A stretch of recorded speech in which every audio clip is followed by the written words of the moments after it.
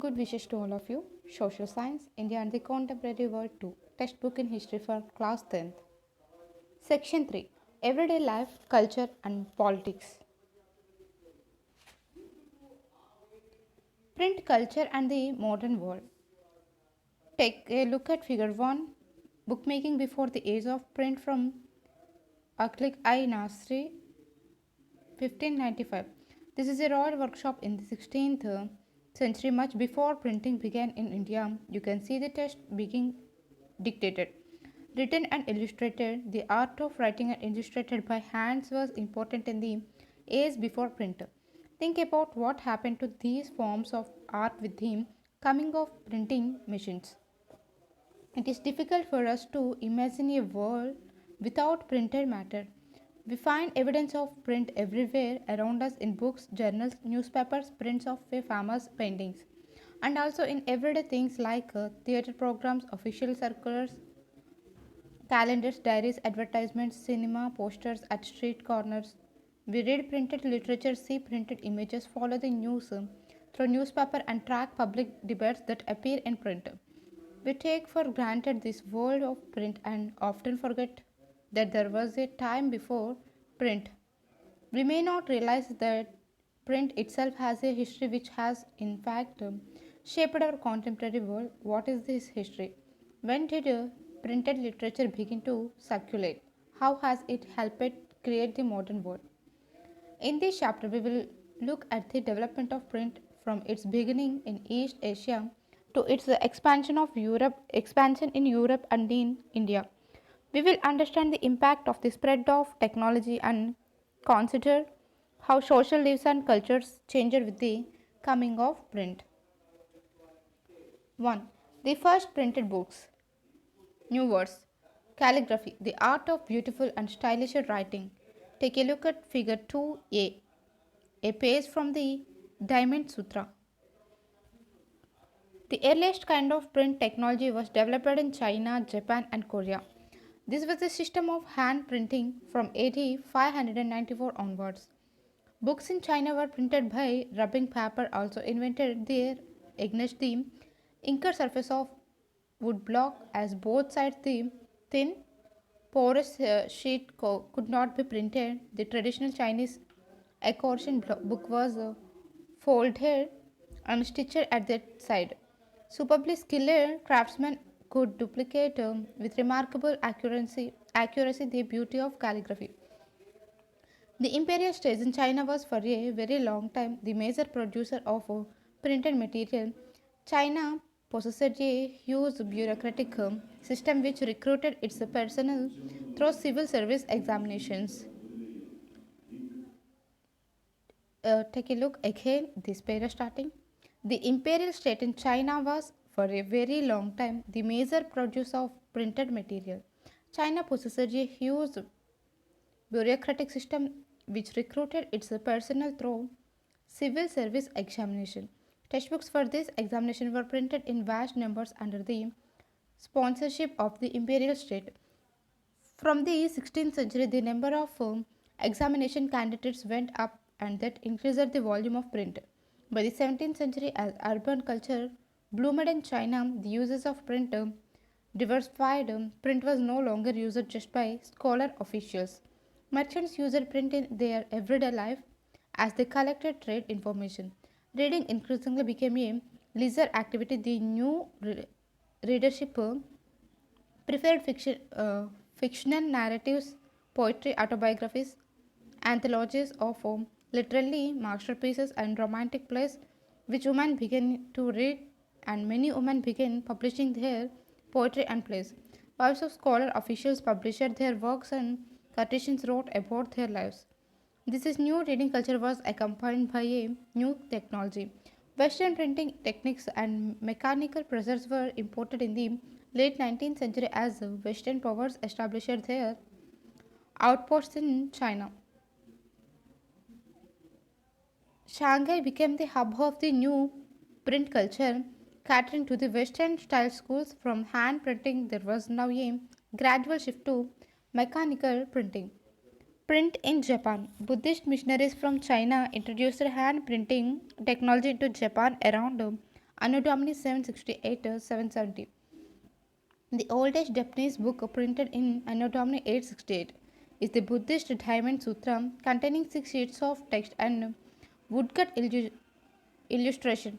Pictures were printed on textiles, playing cards, and paper money. In medieval Japan, poets and prose writers were regularly published and books were cheap and abundant. Take a look at figure 2b, Tripitaka Koreana. Belonging to the mid 13th century, printing woodblocks of the Tripitaka Koreana are a Korean collection of Buddhist sculptures. They were engraved on about 80,000 woodblocks. They were inscribed on the UNESCO Memory of the World Register in 2007. Source: http www.cha.geo.kr.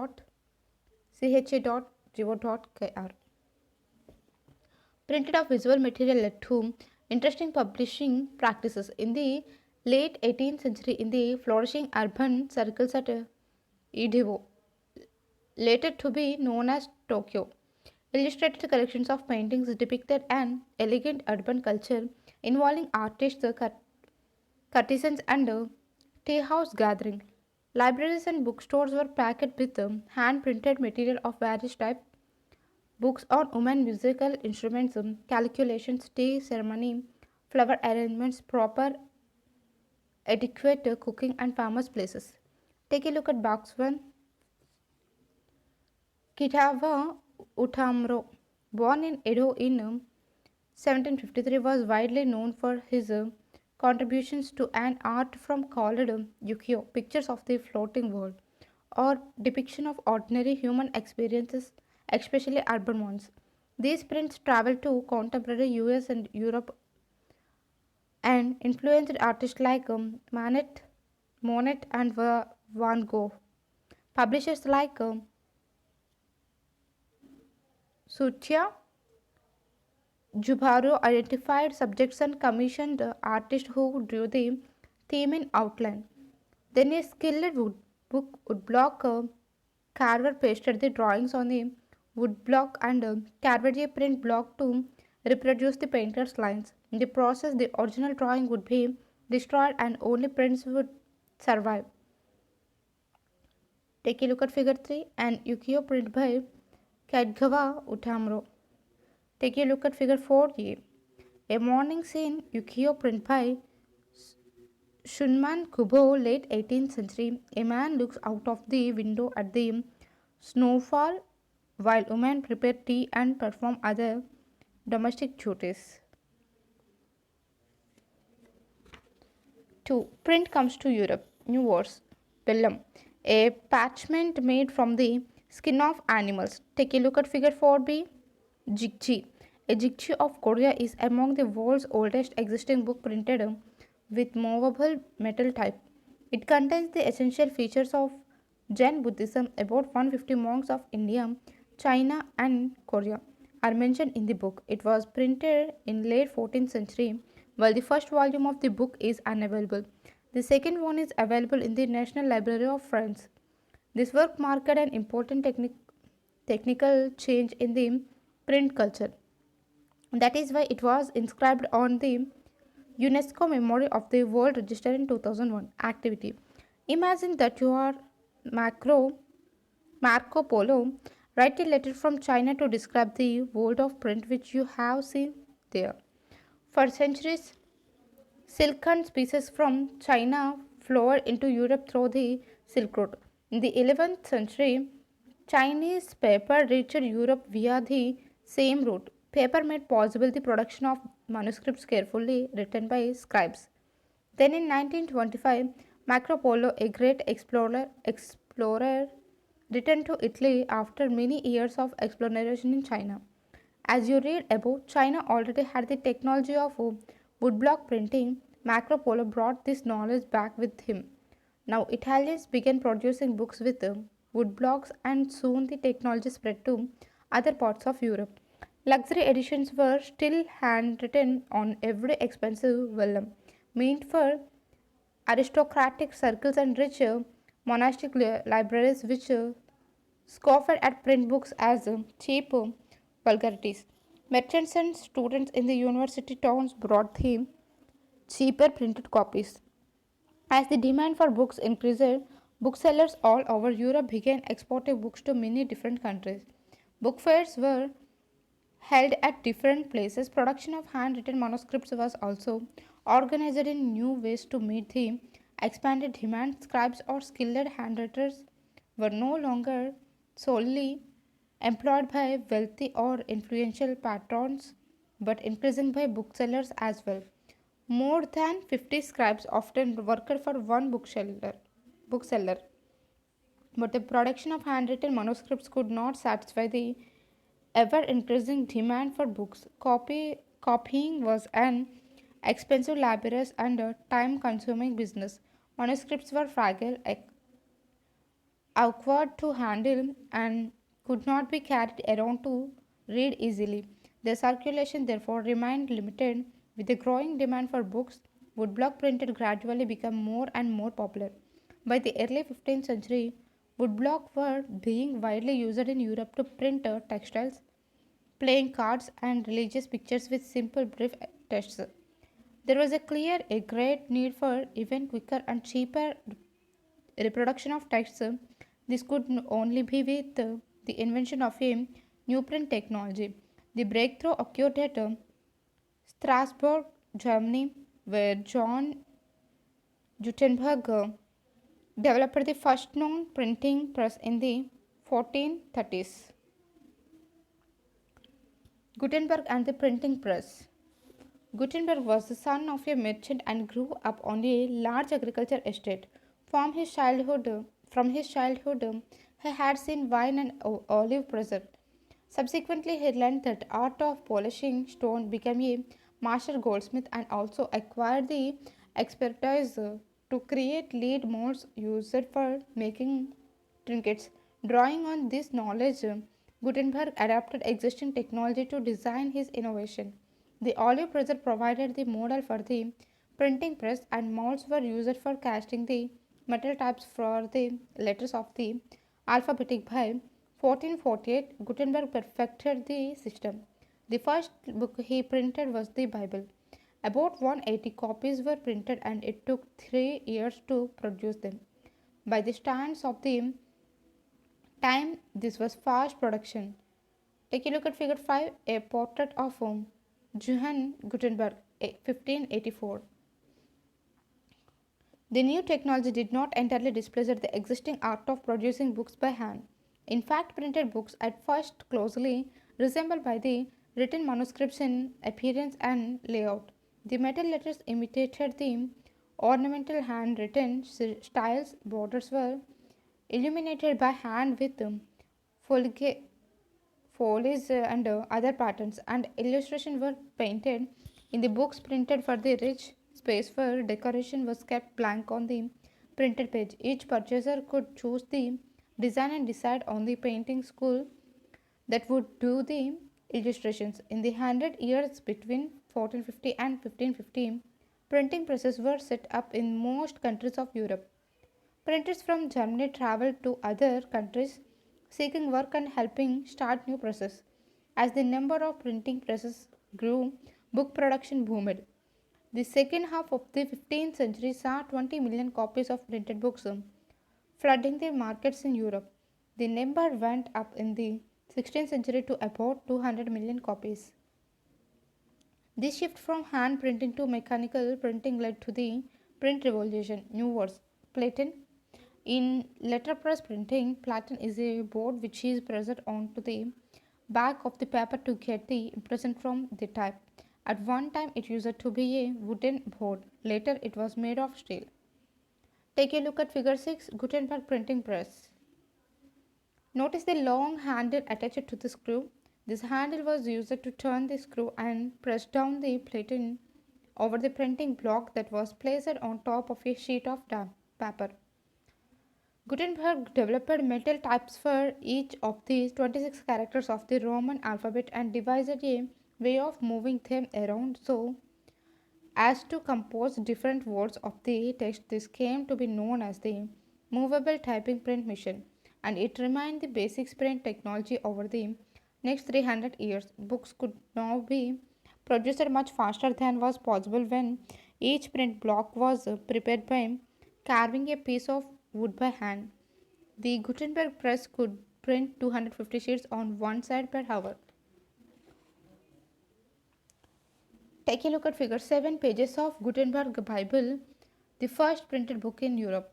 Gutenberg printed about 180 copies, of which no more than 50 have survived. Look at these pages of Gutenberg's Bible carefully. They were not just products of new technology. The text was printed in the new Gutenberg press with a metal type, but the borders were carefully designed, painted, and illuminated by hand by artists. No two copies were the same. Sorry. Every page of each copy was different. Even when two copies look similar, a careful comparison will reveal differences. Elites everywhere prefer this lack of uniformity.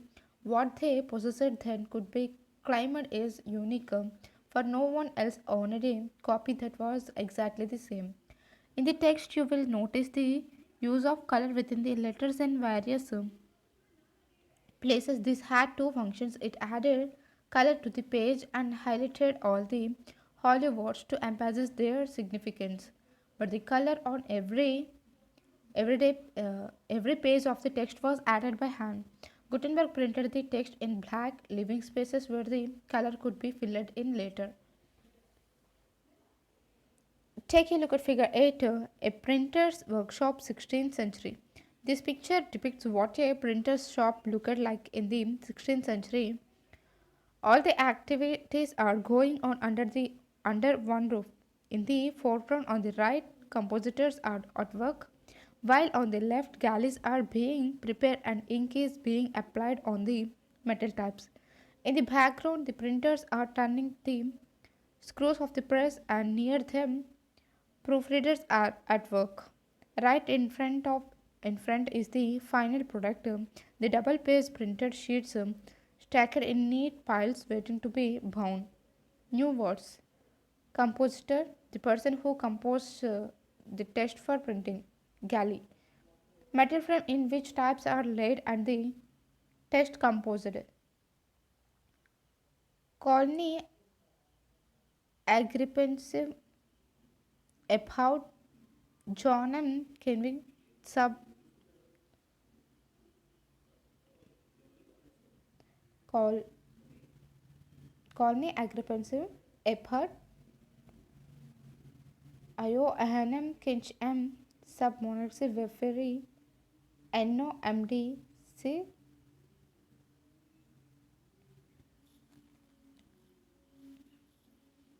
Okay, double X 1X. 3. The print revolution and its impact. Activity. You are a bookseller advertising the availability of new cheap printed books. Design a poster for your shop window. New words. Ballad, a historical account or folktale in verse, usually sung or recited. Taverns, places where people gather to drink alcohol, to be served food, and to meet friends and exchange news. What was the print revolution? It was not just a development, a new way of production books. It transformed the lives of people, changing their relationship to information and knowledge, and with institutions and authorities. It influenced popular perceptions and opened up new ways of looking at things. Let us explore some of these changes. A new reading public. With the printing press, a new reading public emerged. Printing reduced the cost of book, the time and labor required to produce each book came down, and multiple copies could be produced with greater ease. Books flooded the market, reaching out to an ever-growing readership. Access to books created a new culture of reading. Earlier, reading was restricted to the elites. Common people lived in a world of oral culture. They heard sacred text read out, ballads recited, and folk tales narrated. Knowledge was transferred orally. People collectively heard a story or saw a performance. As you will see in chapter 8, they did not read a book individually and silently. Before the age of print, books were not only expensive but they could not be produced in sufficient numbers. Now, books could reach out to wider sections of people. If earlier there was a hearing public, now reading public came into being. But the transition was not so simple. Books could be read only by the literate, and the rates of literacy in most European countries were very low till the 20th century. How then could publishers persuade the common people to welcome the printed book? To do this, they had to keep in mind the wider reach of the printed work. Even those who did not read could certainly enjoy listening to books being read out. So, printers began publishing popular ballads and folk tales, and such books would be profusely illustrated with pictures. These were then sung and recited at gatherings in villages and in taverns in towns. Oral culture thus entered print, and printed material was orally transmitted. The line that separated the oral and reading cultures became blurred, and the hearing public and reading public became inter- intermingled. Take a look at figure 9. J.V. Sheshley L. Imprimia 1739. This is one of the many images produced in early modern Europe celebrating the coming of print. You can see the printing press descending from heaven carried by a goddess.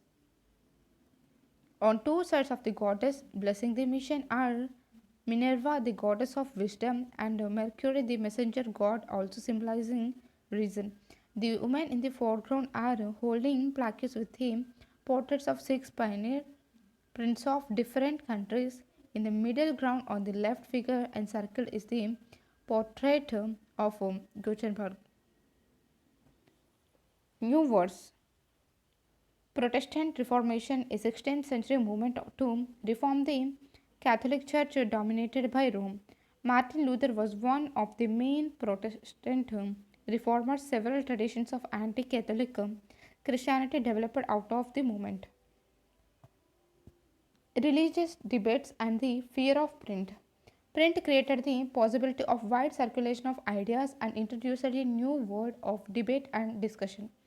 Even those who disagreed with established authorities could now print and circulate their ideas through the printed messages.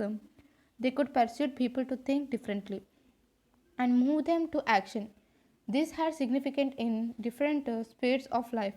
Not everyone welcomed the printed book, and those who did also had fears about it. Many were apprehensive of the effects that the easier access to the print word and the wider circulation of books would have on people's minds. It was feared that if there was no control over what was printed and read, then rebellious and irreligious thoughts might spread. If that happened, the authority of valuable literature would be destroyed. Expressed by religious authorities and monarchs, as well as many writers and artists, this anxiety was the basis of widespread criticism of the new printed literature that had begun to circulate. Let us consider the implication of this in one sphere of life in early modern Europe, namely religion. In 1517, the religious reformer Martin Luther wrote 95 these criticizing many of the practices and rituals of the Roman Catholic Church. A printed copy of this was posted on a church door in Wittenberg. Wittenberg. It challenged the church to debate his ideas. Luther's writings were immediately reproduced in vast number and read widely.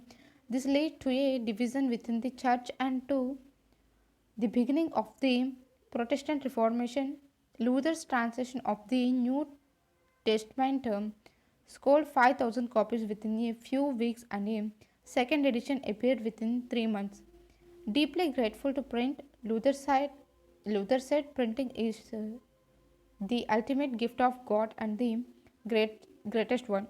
Several scholars, in fact, think that print brought about a new intellectual atmosphere and helped spread the new ideas that led to the Reformation. Print and dissent. Print and popular religious literature stimulated many distinct individual interpretations of faith even among little educated working people. In the 16th century, Menocchio A. Miller in Italy began to read books that were available in his locality. He reinterpreted the message of the Bible and formulated a view of God and creation that angered the Roman Catholic Church. When the Roman Church began its inquisition to repress the heretical ideas, Menocchio was hauled up twice and ultimately executed. The Roman Church, troubled by such effects of popular readings and questions of faith, imposed severe controls over publishers and booksellers and began to maintain an index of prohibited books from 1558. Take a look at figure 10, the macabre dance. The 16th century print shows how the fear of printing was dramatized in visual representations of the time. In his highly interesting woodcut, the coming of print is association with the end of the world. The interior of the printer's workshop here is the site of a dance of death. Skeletal figures control the print, and his workers define and dictate what is to be done and what is to be produced. Discuss right briefly why some people feared that the development of print could lead to the growth of dissenting ideas. New wars. Inquisition, a former Roman Catholic court for identifying and punishing heretics, heretical beliefs which do not follow the accepted teaching of the church. In medieval times, heresy was seen as a threat to the right of the church to decide on what should be believed and what should not. Heretical beliefs were severely punished. Satiety, the state of being fulfilled much beyond the point of satisfaction. Seditious, action, speech, or writing that is seen as opposing the government. Source A. Fear of the book. Erasmus, a Latin scholar and a Catholic reformer who criticized the excess of Catholicism but kept him distant from Luther, expressed a deep anxiety about printing. He wrote in Athanagius 1508, to what corner of the world do they not fly, these swarms of new books? It may be that one here and there contributes something worth knowing, but the very multitude of them is hurtful to scholarship because it creates a glut, and even in good things, satiety is most harmful. Printers fill the world with books, not just trifling things such as I write, perhaps, but stupid, ignorant, slanderous scandals, raving, irregular, and seditious books. And the number of them is such that even the valuable publications lost their value. The reading mania. New words. Denomination. Subgroups within a religion. Almanac, an annual publication giving astronomical data information about the movements of the sun and moon, timing of full tides and eclipses, and much else that was of importance in everyday life of people. Chapbook, a term used to describe pocket-sized book that are sold by traveling peddlers called chapman. These became popular from the time of the 16th century print revolution. Box 2. In 1791, a London publisher, James Lackington, wrote in his diary, the sale of books is in general has increased prodigiously within the last 20 years. The poorer sort of farmers and even the poor country people in general who before that period spent their winter evenings in relating stories of witches, ghosts, hobgoblins now shorten their winter night by hearing their sons and daughters read them tales. romances, etc. If John goes to town with a load of hay, he is charged to be sure not to forget to bring home Peregrine Pickle's adventure. And when Dolly is sent to sell her eggs, she is commissioned to purchase the history of Joseph Andrews. Through the 17th and 18th centuries, the literacy rates went up in most parts of Europe. Churches of different denominations set up schools in villages carrying literacy to peasants and artisans. By the end of the 18th century, in some parts of Europe, literacy rates were as high as 60 to 80%. As literacy and schools spread in Europe countries, there was a virtual reading mania. People wanted books to read, and printers produced books in ever increasing numbers. New forms of popular literature appeared in print, targeting new audiences. Booksellers employed peddlers who roamed around villages carrying little books for sale. There were almances or ritual calendars along with ballads and folk tales, but other forms of reading matter, largely for entertainment, began to reach ordinary readers as well. In England, penny chapbooks were carried by petty peddlers known as chapmen and sold for a penny, so that even the poor could buy them. In France, where the Bibliothèque Bleue, which were low priced small books printed on poor quality paper and bound in cheap blue covers. Then there were the romances printed on 4 to 6 pages, and the more substantial histories, which were stories about the past. Books were of various sizes, serving many different purposes and interests.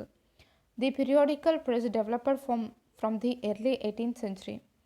Combining information about current affairs with entertainment, newspapers and journals carried information about wars and trade, as well as news of developments in other places.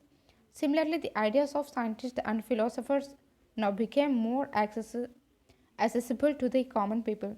Ancient and medieval scientific texts were compiled and published, and maps and significant diagrams were widely printed. When scientists like Isaac Newton began to publish their discoveries, they could influence a much wider circle of scientifically minded readers. The writings of thinkers such as Thomas Paine, Voltaire, and Jean Jacques Rousseau were also widely printed and read. Thus, their ideas about science, reason, and rationality found their way into popular literature. Source B. This is how Mersler describes the impact of the printed word and the power of reading in one of his books. Anyone who had seen me reading would have compared me to a man dying of thirst who was gulping down some fresh, pure water, lighting my lamp with extraordinary caution. I threw myself hungrily into the reading. An easy eloquence, effortless and animated, carried me from one page to the next without my noticing it. A clock struck off the hours in the silence of these shadows, and I heard nothing. My lamp began to run out of oil and produced only a pale light, but still I read on. I could not even take out time to raise the wick for fear of interrupting my pleasure. How those new ideas rushed into my brain, how my intelligence adopted them. Quoted by Robert Danton, the forbidden bestsellers of pre-revolutionary France 1995. New words. Despotism, a system of government a system of governance in which absolute power is exercised by an individual, unregulated by legal and constitutional checks. Tremble, therefore, trines of the world. By the mid 18th century, there was a common conviction that books were a means of spreading progress and enlightenment. Many believed that books could change the world, liberate society from despotism and tyranny, and herald a time when reasons and intellectual would rule. Louis Sebastian Mercier, a novelist in 18th century France, declared the printing press is the most powerful engine of progress and public opinion in the is the forest that will sweep despotism away. In many of Mercier's novels, the heroes are transformed by acts of reading. They devour books, are lost in the world books create, and become enlightened in the process. Convinced of the power of print in bringing enlightenment and destroying the basics of despotism, Mercier proclaimed, "Tremble, therefore, trance of the world, tremble before the virtual writer." Print culture and the French Revolution. Many historians have argued that print culture created the conditions within which French Revolution occurred. Can we make such a connection? Three types of arguments have been usually put forward. First, print popularized the ideas of the Enlightenment thinkers. Collectively, their writings provided a critical commentary on tradition, superstitions, and despotism. They argued for the rule of reason rather than custom, and demanded that everything be judged through the application of reason and rationality. They attacked the sacred authority of the church and the despotic power of the state, thus crowding the legitimacy of a social order based on tradition. The writings of Voltaire and Rousseau were read widely, and those who read these books saw the world through new eyes that were questioning, critical, and rational. Second, print created a new culture of dialogue and debate. All values, norms, and instructions were re-evaluated and discussed by a public that had become aware of the power of reasons and recognized the need to question existing ideas and beliefs within this public culture. New ideas of social revolution came into being. Third, by the 1780s, there was an outpouring of literature that mocked the royalty and criticized their morality. In the process, it raised questions about the existing social order. Cartoons and caricatures typically suggested that the monarchy remained absorbed only in sensual pleasures while the common people suffered immense hardship. This literature circulated underground and led to the growth of hostile sentiments against the monarchy. Activity. Imagine that you are a cartoonist in France before the revolution. Design a cartoon as it would have appeared in a pamphlet. Take a look at figure 11. The nobility and the common people before the French Revolution cartoon of the late 18th century. The cartoon shows how the ordinary people, peasants, artisans, and workers had a hard time while the nobility enjoyed life and oppressed them. Circulation of cartoons like this one had an impact on the thinking of people before the revolution. Discuss why do some historians think that print culture created the basics for the French Revolution? How do we look at these arguments? There can be no doubt that the print helps the spread of ideas, but we must remember that people did not read just one kind of literature. If they read the ideas of Voltaire and Rousseau, they were also exposed to monarchical and church propaganda. They were not influenced directly by everything they read or saw. They accepted some ideas and rejected others. They interpreted things their own way. Print did not directly shape their minds, but it did open up the possibility of thinking differently. The 19th century. Take a look at figure 12. Frontispiece of Penny Magazine. Penny Magazine was published between 1832 and 1835 in England by the Society for the Diffusion of Useful Knowledge. It was aimed primarily at the working class.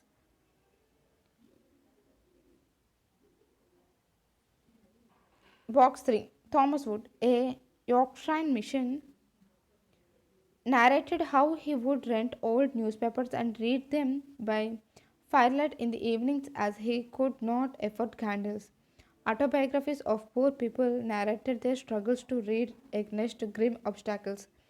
The 20th century Russian revolutionary author Maxim Gorky's My Childhood and My University provides a glimpse of such struggles. The 19th century saw vast leaps in mass literacy in Europe, bringing in large number of new readers among children, women and workers.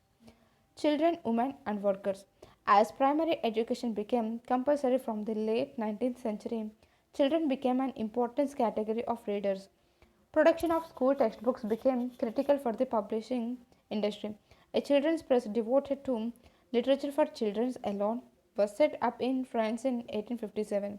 This press published new works as well as old fairy tales and folk tales.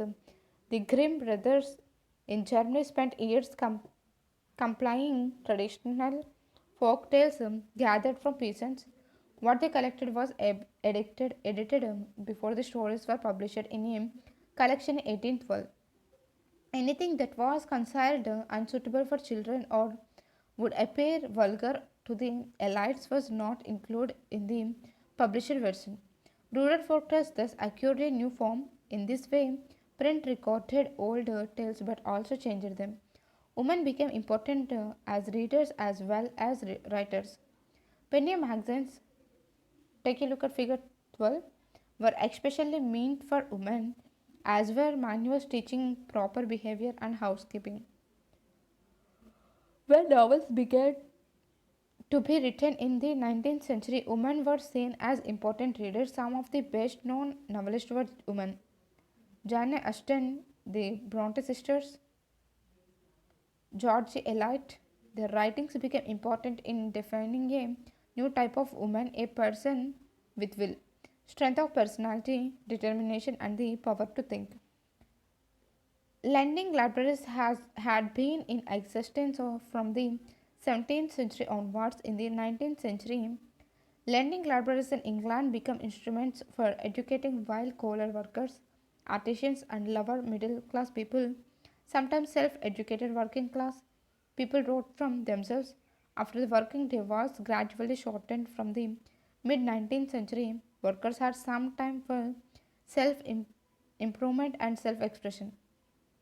They wrote political tracts and autobiographies in large numbers. Further innovations. By the late 18th century, the press came to be made out of metal. Through the 19th century, there was a series of further innovations in printing technology, but the mid 19th century, Richard M. Hoy of New York and had perfected the power driven cylindrical press. This was capable of printing 8,000 sheets per hour. This press was particularly useful for printing newspaper in the late 19th century. The offset press was developed which could print up to 6 colors at a time. From the turn of the 12th century, electrically operated presses accelerated printing operations. A series of other developments followed. Methods of feeding paper improved. The quality of plates became better. Automatic paper reels and photoelectric controls of the color register were introduced. The accumulation of several individual mechanical improvements transformed the appearance of printed text. Printers and publishers continuously develop new strategies to sell their product. 19th century periodicals serialized important novels which gave birth to a particular way of writing novels. In the 1920s in England, popular works were sold in cheap series called the Shilling series. The dust cover or the book jacket is also a 20th century innovation, which the onset of the Great Depression in the 1930s publishers feared a declining book purchases.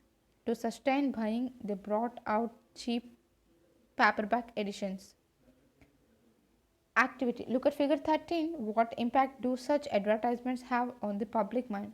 Do you think everyone reacts to printed material in the same way? Take a look at figure 13. Advertisement at a railway station in England. A lithograph by Alfred Konkanen, 1874. Printed advertisements and notices were plastered on street walls, railway platforms, and public buildings. 6. India and the world of print. Let us see when printing began in India and how ideas and information were written before the age of print. Take a look at figure 14, pages from the Gita Govinda of Jayadeva, 18th century. This is a palm leaf handwritten manuscript in accordion format. Take a look at figure 15, pages from the Diwan of Hafiz, 1824. Hafiz was a 14th century poet whose collected works are known as Diwan. Notice the beautiful calligraphy and the elaborate illustrating and design. Manuscripts like this continued to be produced for the rich even after the coming of the letterpress. Manuscripts before the age of print. India had a very rich and old tradition of handwritten manuscripts in Sanskrit, Arabic, Persian, as well as in various vernacular languages. Manuscripts were copied on palm leaves or on handmade paper. Pages were sometimes beautifully illustrated. They would be either pressed between wooden covers or sewn together to ensure preservation. Manuscripts continued to be produced till well after the introduction of print, down on the late 19th century. Manuscripts, however, were highly expensive and fragile. They had to be handled carefully and they could not be read easily as the script was written in different styles. So, manuscripts were not widely used in everyday life. Even though pre colonial Bengal had developed an extensive network of village primary schools, students were often did not read text, they only learned to write. Teachers dictated portions of text from memory and students wrote them down. Many thus became literature without ever actually reading any kind of text. Take a look at figure 16, pages from the Rig Veda. Handwritten manuscripts continued to be produced in India till much after the coming of print. This manuscript was produced in the 18th century in the Malayalam script. Print comes to India. The printing press first came to Goa with Portuguese missionaries in the mid 16th century. Jesuit, Jesuit priests learned Konkani and printed several tracts. By 1674, about 50 books had been printed in the Konkani and in Kannada languages. Catholic priests printed the first Tamil book in 1579 at Cochin, and in 1713 the first Malayalam book was printed by them. By 1710, Dutch Protestant missionaries had printed 32 Tamil texts, many of them translations of older works. The English language press did not grow in India till quite late 11, late even thought the English East India Company began to import presses from the late 17th century. From 1780, James Augustus Hickey began to edit the Bengal Gazette, a weekly magazine that described itself as a commercial paper open to all, but influenced by none. So it was a private English enterprise proud of its independence from colonial influence that began English printing in India. Hickey published a lot of advertisements, including those that related to the import and sale of slaves, but he also published a lot of gossip about the company's senior officials in India. Enraged by this, Governor General Warren Hastings persecuted Hickey and encouraged the publication of officially sanctioned newspaper that could counter the flow of information that damaged the image of the colonial government. By the close of the 18th century, a number of newspapers and journals appeared in print. There were Indians too who began to publish Indian newspapers. The first to appear was the weekly Bengal Gazette, brought out by Gangadhar Bhattacharya, who was close to Ram Mohan Rai. Sources say as late as 1768, a William Bowles affixed a notice on a public building in Calcutta. To the public, Mr. Bowles takes this method of informing the public that the want of a printing press in this city being of a great disadvantages in business. He is going to give the best encouragement to any persons who are versed in the business of printing. Bowles, however, left for England soon after and nothing came of the promise. 7. Religious reforms and public debates. From the early 19th century, as you know, there were intense debates around religious issues. Different groups confronted the changes happening within colonial society in different ways and offered a variety of new interpretations of the beliefs of different religions. Some criticized existing practices and campaigned for reform, while others countered the arguments of reformers. These debates were carried out in public and in print. Printed tracts and newspapers not only spread the new ideas but they shaped the nature of the debate. A wider public could now participate in these public discussions and express their views. New ideas emerged through the clashes of opinions. This was a time of intense controversies between social and religious reformers and the Hindu orthodoxy over matters like widow immolation, monotheism, Brahmanical priesthood, and idolatry. In Bengal, as the debate developed, tracts in newspaper proliferated, circulating a variety of arguments to each a wider audience. The ideas were printed in the everyday spoken languages of ordinary people. Ram Mohan Rai published the Sambad Kaumudi from Sambad Kaumudi from 1821 and the Hindu Orthodoxy commissioned the Samachar Chandrika to oppose his opinions. From 1822, two Persian newspapers were published, Jam I Jahan Nama and Samsal Akbar. In the same year, a Gujarati newspaper, the Bombay Samachar, made its appearance. In North India, the ulama were deeply anxious about the collapse of Muslim dynasties. They feared that colonial rules would encourage conversion. Change the Muslim personal laws. To counter this, they used cheap lithographic presses, published Persian and Urdu translation of holy scriptures, and printed religious newspapers and tracts. The Dibon Seminary, founded in 1867, published thousands upon thousands of fatwas telling Muslim readers how to conduct themselves in their everyday lives and explaining the meaning of Islamic doctrines. All through the 19th century, a number of Muslim sects and seminaries appeared, each with a different interpretation of faith, each keen on enlarging its follow and countering the influence of its opponents. Urdu print helped them conduct this battle is public. New words, ulama, legal scholars of Islam and the Sharia, a body of Islamic law. Fatwa, a legal pronouncement on Islamic law usually given by a mufti, legal scholar to clarify issues on which the law is uncertain.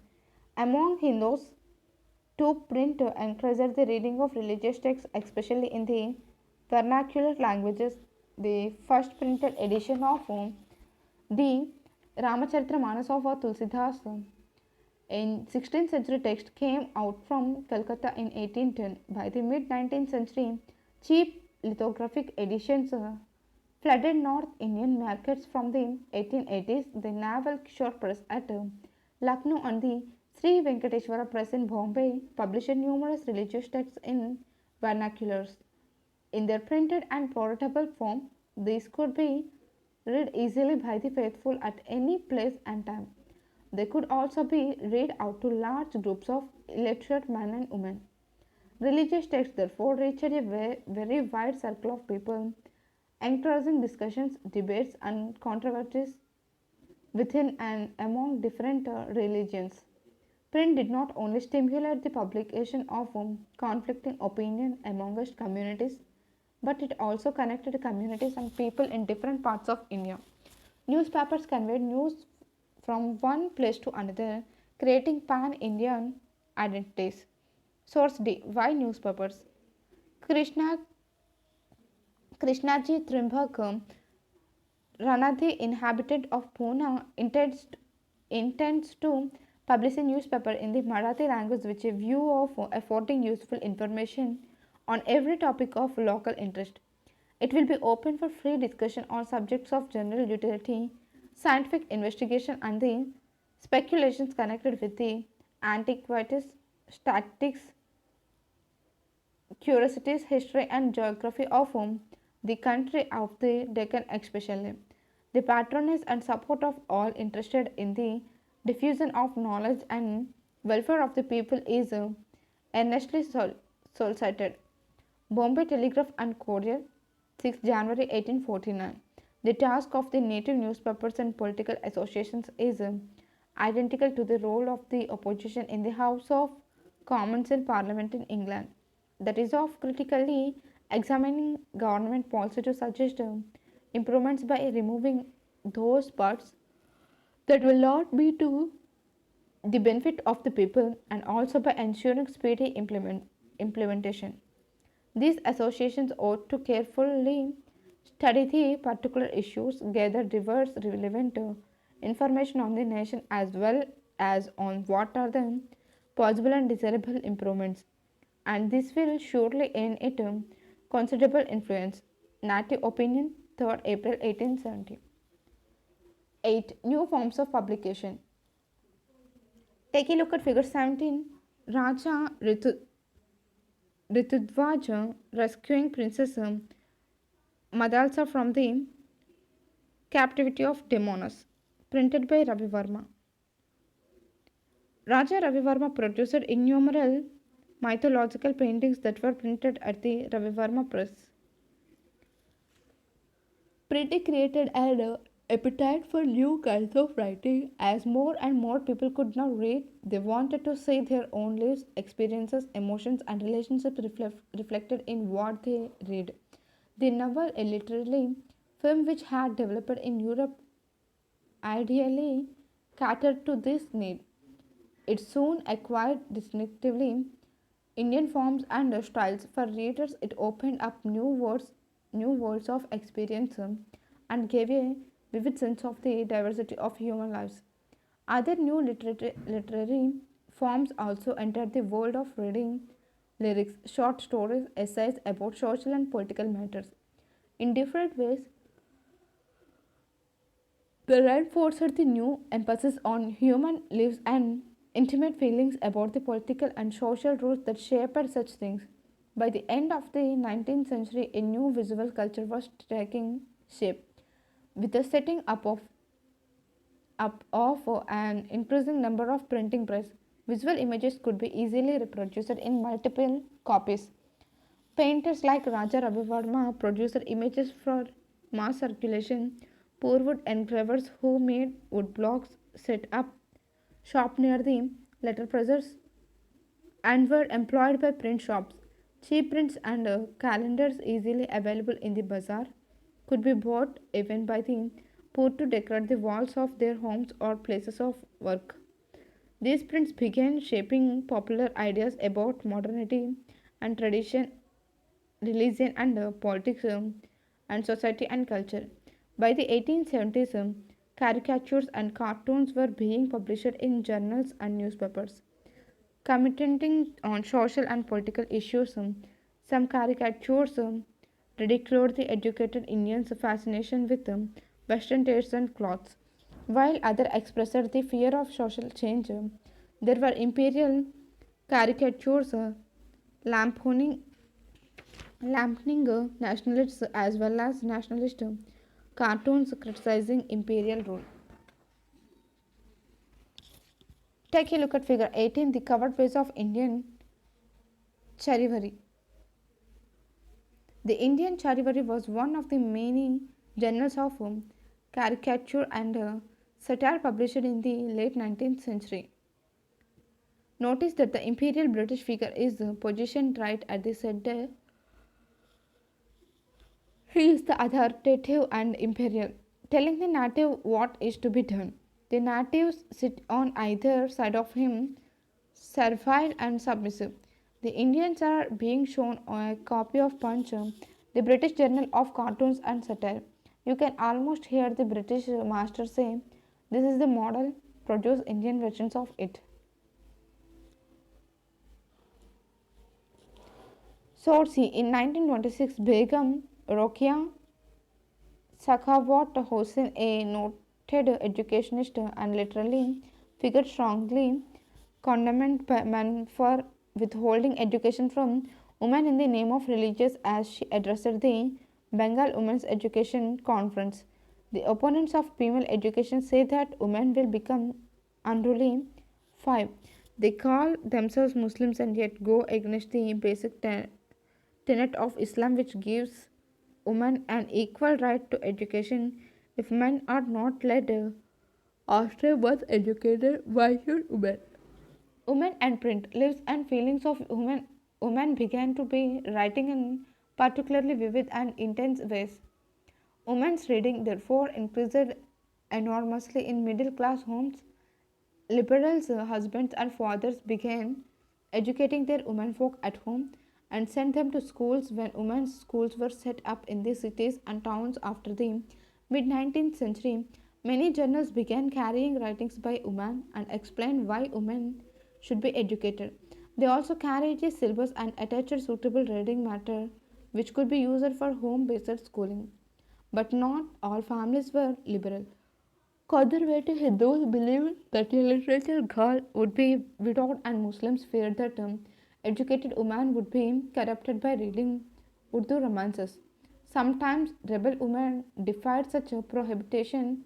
We know the, we know the story of a girl in a conservative Muslim family of North India who secretly learned to read and write in Urdu. Her family wanted her to read only the Arabic Quran, which she did not understand. So she insisted on learning to read a language that was her own. In East Bengal in the early 19th century, Rashundari Devi, a young married girl in a very orthodox household, learned to read in the kitchen secrecy of her kitchen. Later, she wrote her autobiography, Amar Jiban, which was published in 1876. It was the first full length autobiography published in the Bengali language. Since social reforms and novels had already created a great interest in women's lives and emotions, there was also an interest in what women would have to say about their own lives. From the 1860s, a few Bengali women like Kailash Bashni Devi wrote books highlighting the experiences of women about how women were imprisoned at home, kept in ignorance, forced to do hard domestic labor, and treated unjustly by the very people they served. In the 1880s, in present day Maharashtra, Tarabai Sindhe and Pandit Ramabhai wrote with passionate anger about the miserable lives of upper caste Hindu women, especially widows. A woman in a Tamil novel expressed what reading meant to women who were so greatly confined by social regulations for various reasons. My world is small.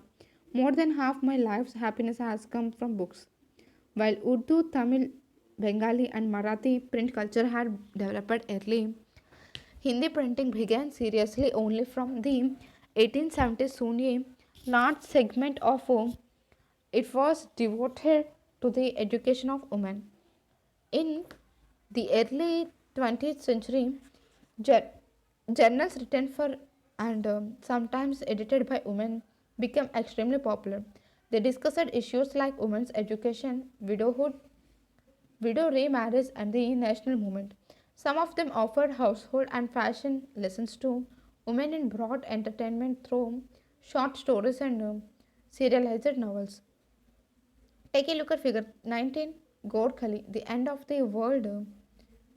Colored woodcut, late 19th century. The artist's vision of the destruction of proper family relations. Here, the Husband is totally dominated by his wife, who is perched on his shoulder. He is cruel towards his mother, dragging her like an animal by the nose. Take a look at figure 20, an Indian couple, black and white woodcut. The image shows the artist's fear that the cultural impact of the West has turned the family upside down. Notice that the man is playing the veena while the woman is smoking a hookah.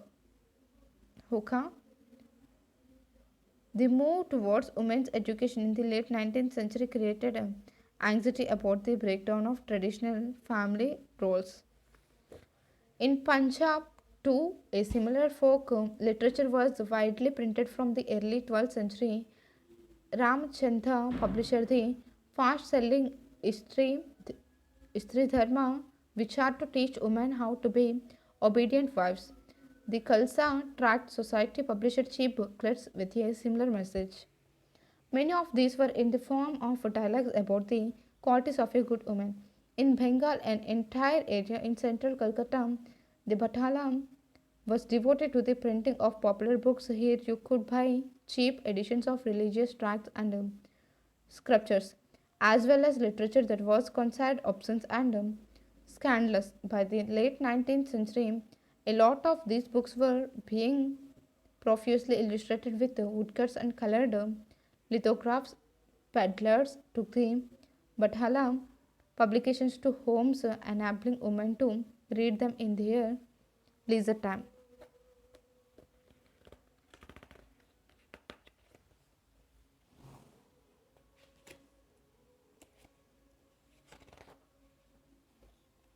Take a look at figure 21, a European couple sitting on chairs, 19th century woodcut.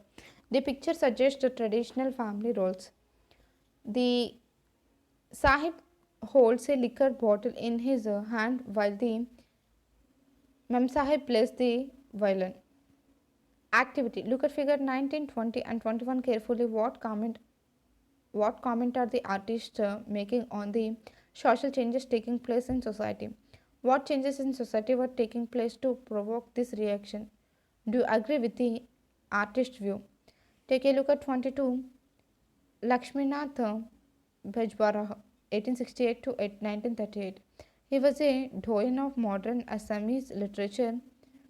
Burhe Air Satu, Grandma's Tales, is among his notable works. He penned the popular song of Assam, O Mor Apnar Desh, O my beloved land. Print and the poor family. Very cheap small books were brought to markets in 19th century Madras towns and sold at crossroads, allowing poor people traveling to markets to buy them.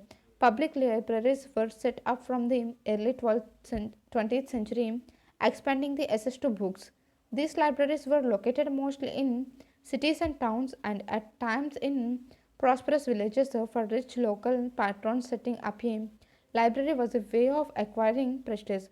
From the late 19th century, issues of caste discrimination began to be written about in many printed tracts and essays. Jyotiba Phule, the Maratha pioneer of low caste protest movements, wrote about the injustice of the caste system in his Gulmgiri 1871. In the 20th century, B.R. Ambedkar in Maharashtra and E.V. Ramaswamy Nair in Madras, between known as Periyar, wrote powerfully on caste, and their writings were read by people all over India. Local protest movements and sects also created a lot of popular journals and tracts criticizing ancient sculptures and envisioning a new and just future. Workers in factories were too overworked and lacked the education to write much about their experiences. But Kashi Bhaba, a Kanpur mill worker, wrote and published Chote, Chote Aur Bade Ka Sawali in 1938 who shows the links between caste and class explanation. The poems of another Kanpur mill worker that who wrote under the name of Sudarshan Sudarshan Chakra between 1935 and 1955 were brought together and published in a collection called Sachi Kavithayan.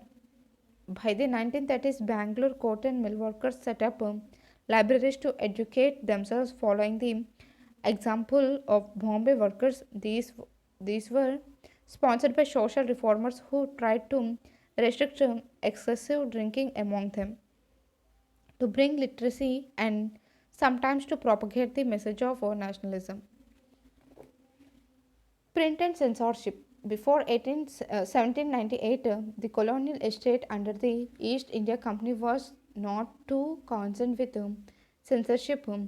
Strangely, its early measures to control printed matter were directed against Englishmen in India, who were critical of company misuse and hated the actions of particular company officers. The company was worried that such criticism might be used by its critics in England to attack its trade monopoly in India. By the 1820s, the Calcutta Supreme Court passed certain regulations to control press freedom, and the company began encouraging publications of newspapers that would celebrate British rule. In 1835, faced with urgent petitions by editors of English and vernacular newspapers, Governor General Bentinck agreed to revise press laws. Thomas Machiavelli, a liberal colonial official, formulated new rules that restored the earlier freedoms. After the revolt of 1857, the attitude to freedom of the press changed. Unragged Englishmen demanded a clampdown on the native press as vernacular newspapers became assertively nationalist. The colonial government began debating measures of stringent control.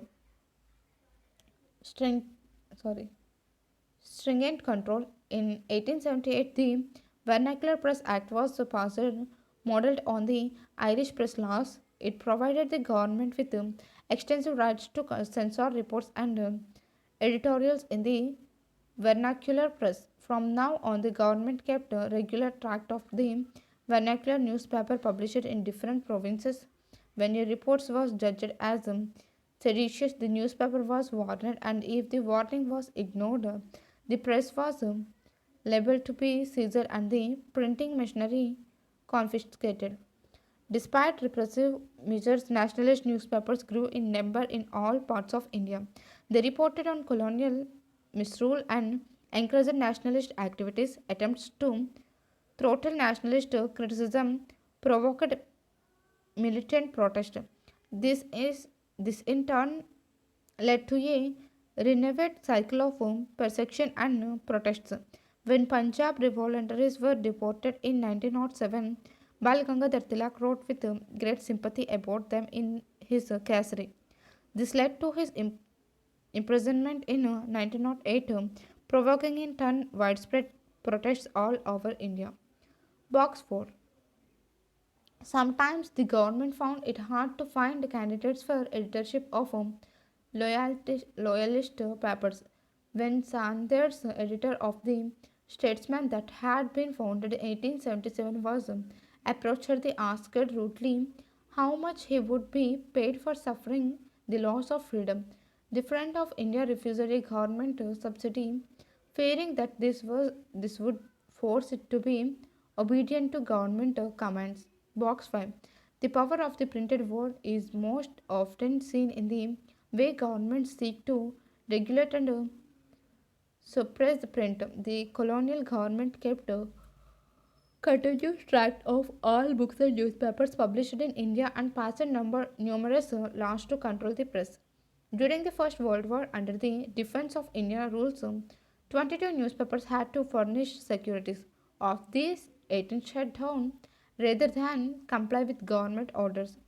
The Seditions Committee report under Rowlatt in 1919 further strengthened controls that led to imposition of penalties on various newspapers. At the outbreak of the Second World War, the Defense of India Act was passed, allowing censoring of reports of War related topics. All reports about the Quit India movement came under its purview.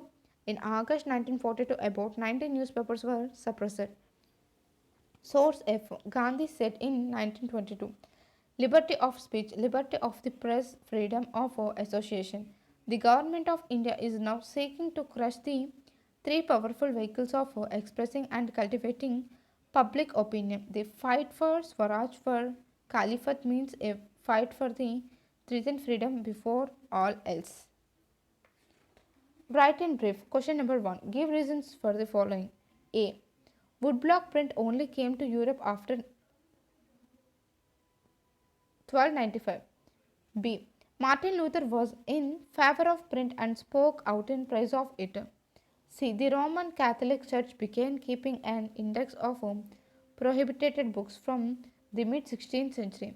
D. Gandhi said the fight for Swaraj is a fight for liberty of speech, liberty of the press, and the freedom of association.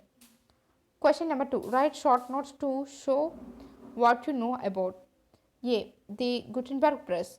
B. Erasmus' idea of the printed book. C. The Vernacular Press Act. 3. What did the spread of print culture in 19th century India mean to A. Women. B. The poor. C. Reformers. Discuss why did some people in 18th century Europe think that print culture would bring enlightenment and end despotism. Question number 2. Why did some people fear the effect of easily available printed books?